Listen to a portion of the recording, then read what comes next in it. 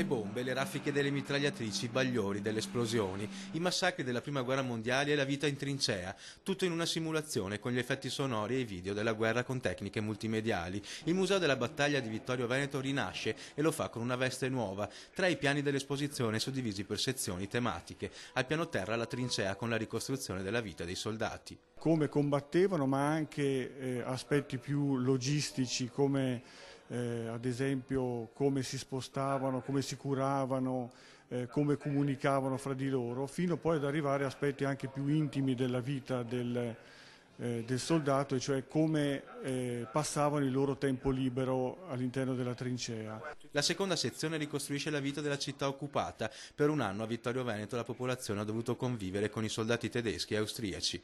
Nell'ultima parte, al terzo piano, abbiamo la visione del museo nella sua storia, da quando è nato nel 1936 fino ad oggi. Speriamo che con questo il museo riparta dando il giusto spazio allo studio, alla valorizzazione e alla conservazione dei materiali. Il museo non vuole spiegare, ma vuole raccontare tante storie, anche storie di guerra quotidiana, quindi storie di ordinaria follia. Un museo vivo che nasce dalla raccolta di cimeli e materiali della Prima Guerra Mondiale ad opera di Luigi Marson, e per anni, come ci racconta il nipote del fondatore, il museo non fu ristrutturato. Dal 1938 praticamente non erano più stati fatti interventi significativi nella sede museale e dunque è una seconda inaugurazione e rifondazione, fermo restando che buona parte del materiale, circa 2/3 appartengono